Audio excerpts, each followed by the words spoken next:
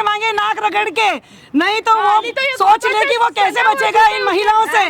जी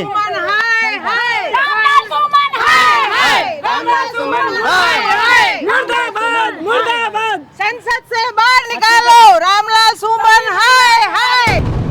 अगर तुम असल माँ की औलाद हो तो तुझे संसद में बैठने का हक नहीं है, तुझे संसद में बैठ के बोलने का हक नहीं है। तू मेवाड़ में आके बता कि तेरे में कितना जमीर है। उन्होंने 80 घाव खाने के बाद मरते दम तक वो इनसे लड़ते रहे अपने देश धर्म के लिए। उनको आप गद्दार कह रहे हो, और गद्दार तो रामजी लाल तुम हो। मेवाड़ जनता ऐसा गद्दार नेता ने छोड़ेगा नहीं, और संसद में परांठा दोगा कि नहीं बनना है? अटे आएगा तो अटे परांठा भी मिलेगा और जूत भी मिलेगा, पक्की और बात अटू है। मेवाड़ मुँह अटू जई भी नहीं सकेगा बाजू। और ऐसा नीच और दूर जो सांसद रहा है, उसकी जो गरिमा तो बहुत दूर की बात है, उसके पद से गिरकर जो उसने वाक्य दिया है हमारे सांगा के लिए, उसका जवाब जल्द शीघ्र हमारा सामना उस सांसद जिस भी दिन हुआ वो जरूर हम देंगे मेवाड़ के वासी। तुजू के बाबरी में वो खुद कह रहा है कि 1517 में 1518 में इब्राहिम लोदी को किसने हराया था? महाराणा सांगा ने हराया था दिल्ली के शासक को। तो ऐसे शासक के जिसके ज़बरदस्त 2 बार जूते दिए हों और 1 साल के अंदर ही 2 साल के अंदर दोनों बार जूते पड़ गए हों, उसके लिए महाराणा सांगा क्यों किसी बाहरी आदमी को बुलाएंगे? नमस्कार, मैं मयूर अलवेला और आप देख रहे हैं उदयपुर न्यूज।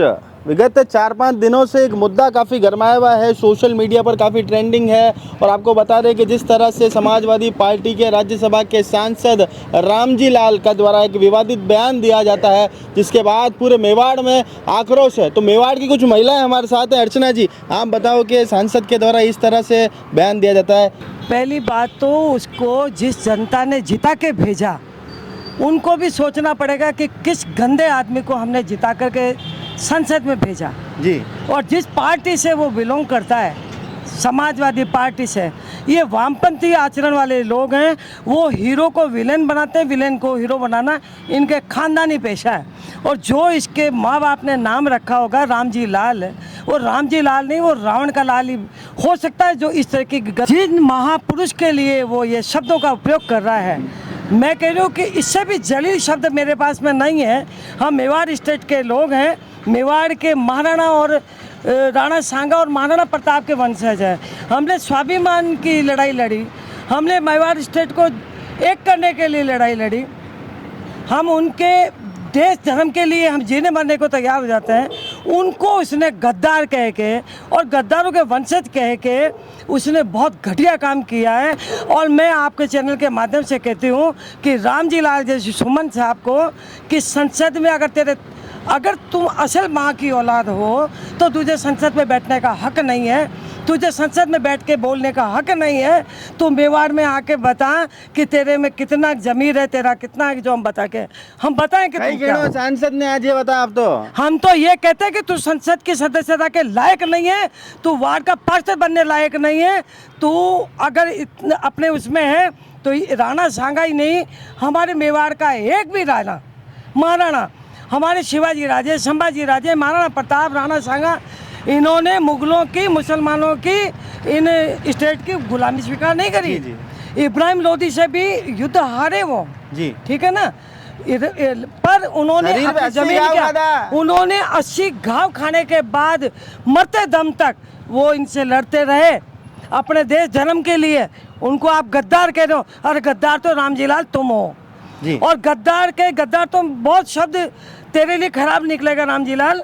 लेकिन अगर तू असली माँ की औलाद और पिता की औलाद है, तुझे संसद की सदस्यता से इस्तीफा दे देना चाहिए। जी हाँ, संसद की सदस्यता से इस्तीफा देने की मांग की जा रही है यहाँ पर। आप बताओ।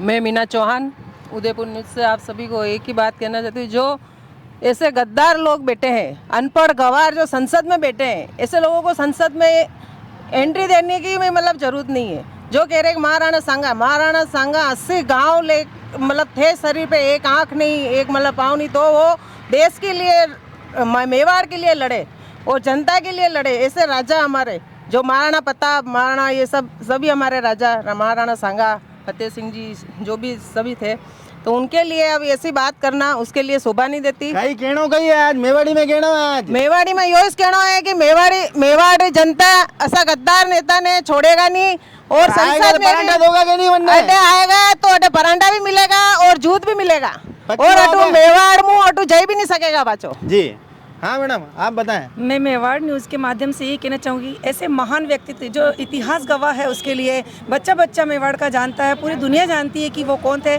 ऐसे व्यक्तित्व के बारे में उसको प्रमाण पत्र की ज़रूरत नहीं है कि वो कौन थे। उन्होंने 80 घाव खाए, इतने 80 घाव होने के बाद में भी उन्होंने कभी किसी की अधीनता स्वीकार नहीं की। आज मैं ऐसे व्यक्तित्व के बारे में सुन के स्तब्ध हूँ कि कैसा ऐसे उनको नाक रगड़ के माफ़ी मांगनी चाहिए। रामजीलाल मीणा को सांसद क्या, एक व्यक्ति जो है वो भी वो नहीं रहना चाहिए। और अगर वो मेवाड़ की धरा पर आते हैं, अगर वो इंसान है तो मेवाड़ की धरा पर आके बताए, यहाँ के मेवाड़ की जो औरतें हैं वो उन्हें बताएगी कि उन्होंने क्या किया है। आदमी तो ठीक है, औरतें ही काफी है। औरतें ही काफी है, वो उनको बता देगी कि सैंडल से, जूतों से, चप्पलों से जितने भी हमारे पास होंगे उसी टाइम उनको दिए जाएंगे। हाई हिल वाली सैंडल देना गई।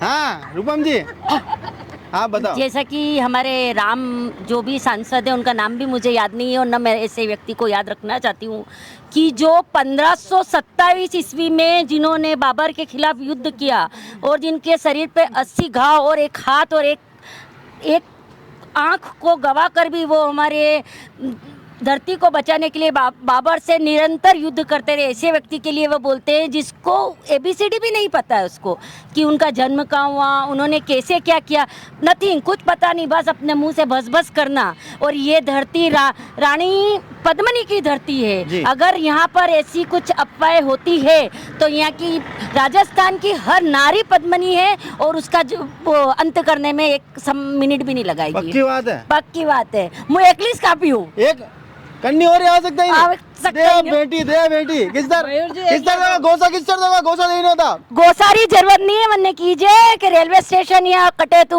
बटायला बटे जमीन में गाड़ देवा जतरो ऊंचो बतरो नीचे कर देवा गाड़ दांगा जतरो ऊंचो बतरो नीचे। हाँ और वो यूँ संसद में कह रहा है कि मैंने अखबार में पढ़ा, उसमें पढ़ा। तूने तेरा नाम राम जी रखा है, तूने रामायण पढ़ी क्या?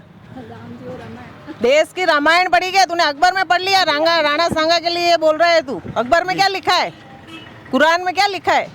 तू महाभारत पढ़, रामायण पढ़ देश के लिए। केवल नाम रखने से क्या होता है? राम जी रामायण नहीं पढ़ी, रामायण नहीं है। वाह वाह वाह। हाँ मैडम नमस्कार, मैं वर्षा कुमावत।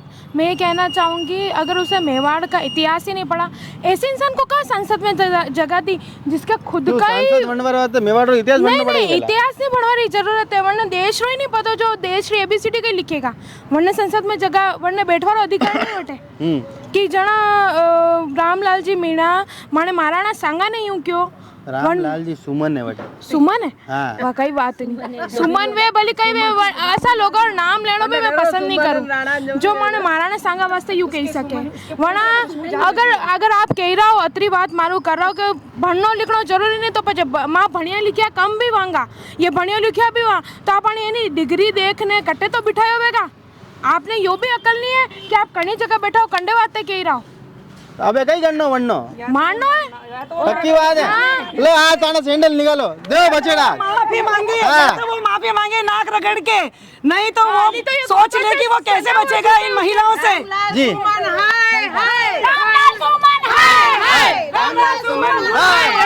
मुर्दाबाद मुर्दाबाद, संसद से बाहर निकालो रामलाल सुमन, हाय हाय, जूते मारो जूते मारो। तो महिलाओं का आक्रोश आपने देखा, तो उसी के साथ साथ अक्षय जी भी मेरे साथ जुड़ चुके हैं। अक्षय जी हाँ बताओ। बाबर खुद अपनी किताब में तुजू के बाबरी में उनके बारे में लिख रहा है कि मैंने ऐसा वीर योद्धा नहीं देखा।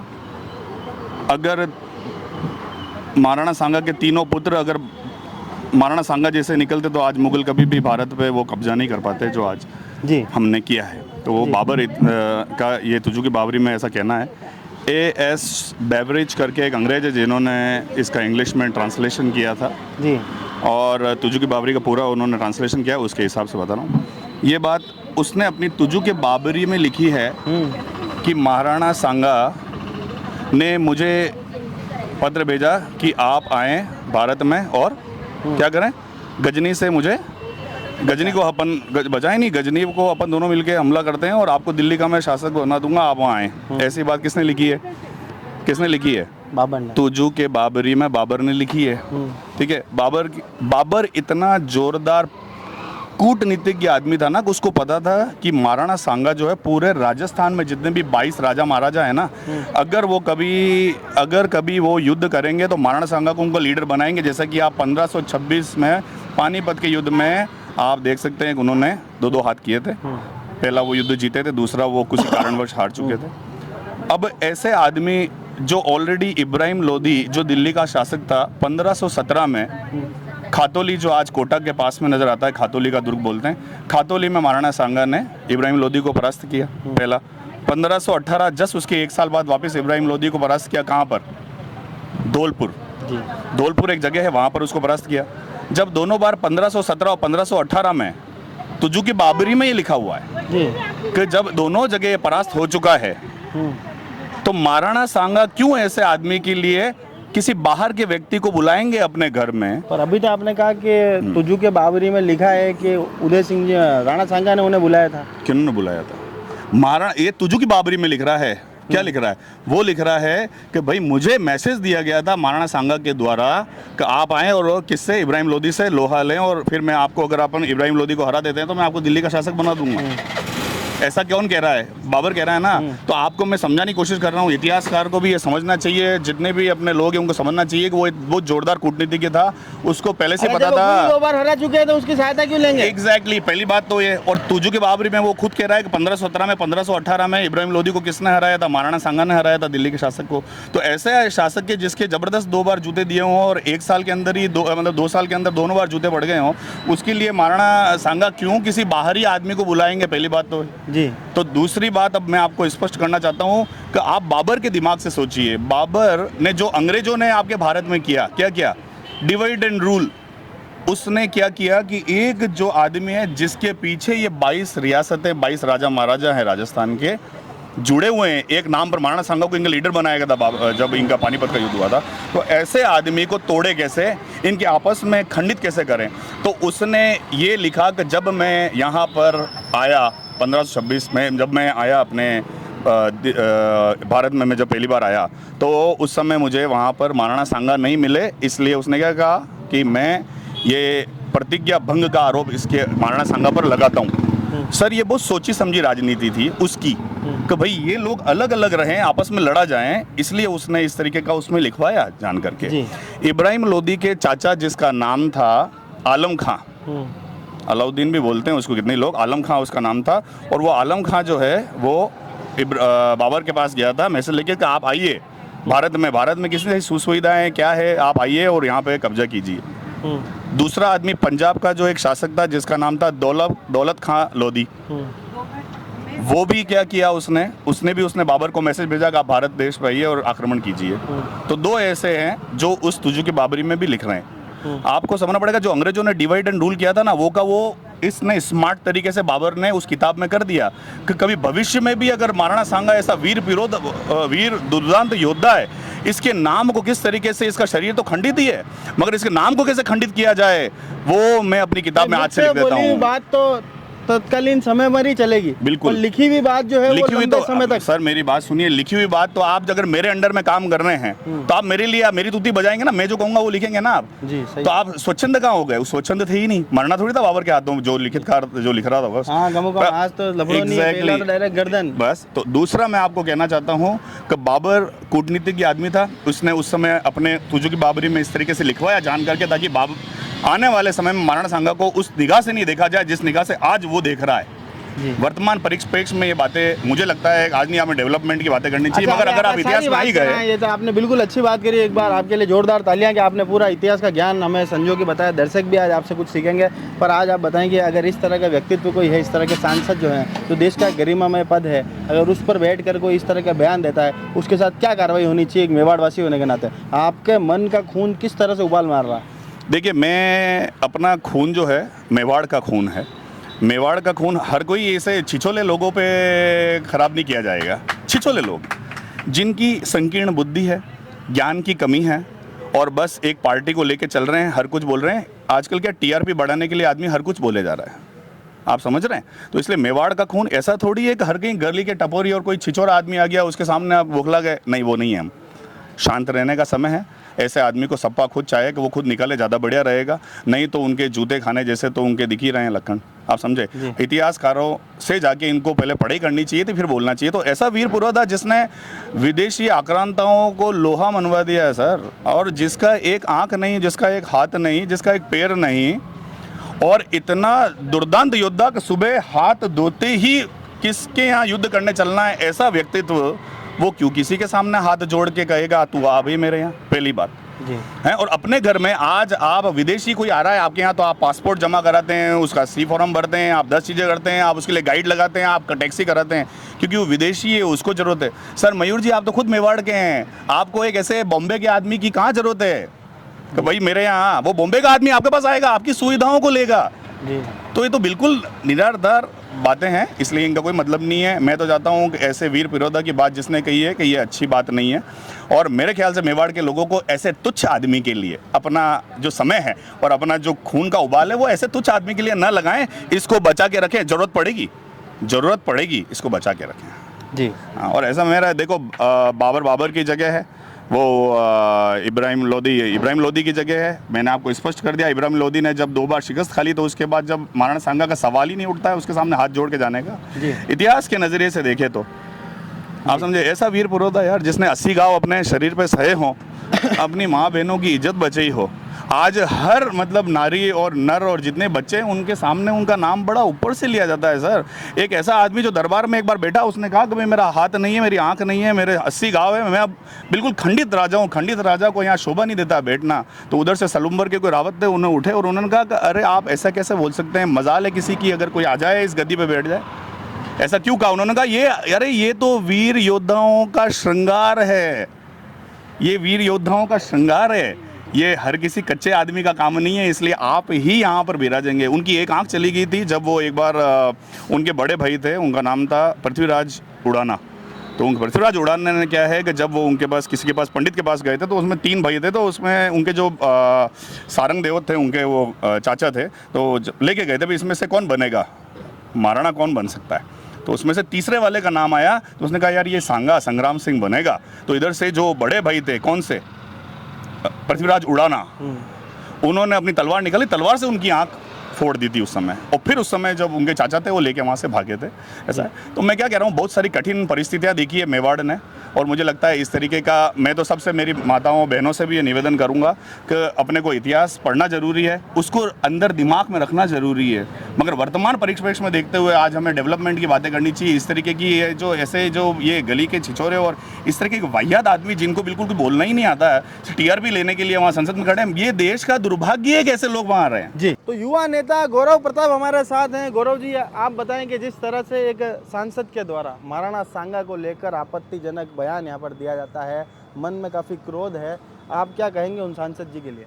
देखिए, उस सांसद ने किसी पंथ, किसी कुल, किसी समाज पे हमला नहीं किया है, महाराणा पे हमला है। महाराणा समय भारत के महाराणा है जी, सिर्फ मेवाड़ संभाग के, किसी कौम के, किसी जात के, किसी संप्रदाय के महाराणा नहीं है। हम सब के, भारत के हर वासी के, जिन्होंने मुगलों से लोहा लिया, 100 से ज़्यादा युद्ध लड़े, परचम लहराया है, और ऐसा नीच और दूर जो सांसद रहा है, उसकी जो गरिमा तो बहुत दूर की बात है, उसके पद से गिरकर जो उसने वाक्य दिया है हमारे सांगा के लिए, उसका जवाब जल्द शीघ्र हमारा सामना उस सांसद जिस भी दिन हुआ वो जरूर हम देंगे मेवाड़ के वासी। और मैं ये कहना चाहूँगा, आने वाले भविष्य में भी कोई भी जो ये ओवैसी की भाषा बोलने वाले लोग हैं, जो ये एक राजनीति करने वाले लोग हैं, जो एक तबके के लोग हैं, जो कहीं ना कहीं बार बार राणाओं पर, हमारे कुल के गौरव पर बार बार जो एक उंगलियां उठाने का है, उनका उपहास करने का काम करते हैं, जिस दिन उनको जवाब देने पे मेवाड़ का युवा आएगा, मुमकिन है कि उनके शहर में जाके भी जवाब देंगे। जी, आज चैनल के माध्यम से क्या कहना चाहते हैं सांसद जी को, एक शब्द में बिल्कुल सटीक बात? चैनल के माध्यम से ये कहना चाहेंगे, राणा की भूमि के वंशज जो हैं, शस्त्र और शास्त्र दोनों का ज्ञान है जी, और 36 कौम के लोग मेवाड़ के जो हैं जी, वो सांसद को, जिस भी दिन हमारा उस सांसद से सामना हुआ, जिस भी तरह से जिस स्तर तक जाना पड़ेगा, गरिमा भाई की तो बात ही नहीं है, गरिमा छोड़कर जिस तरह जाना पड़ेगा, उनको शस्त्र और शास्त्र के ज्ञान के साथ साथ महाराणा के भाला की याद दिलाएंगे जी। ये आपसे वादा है।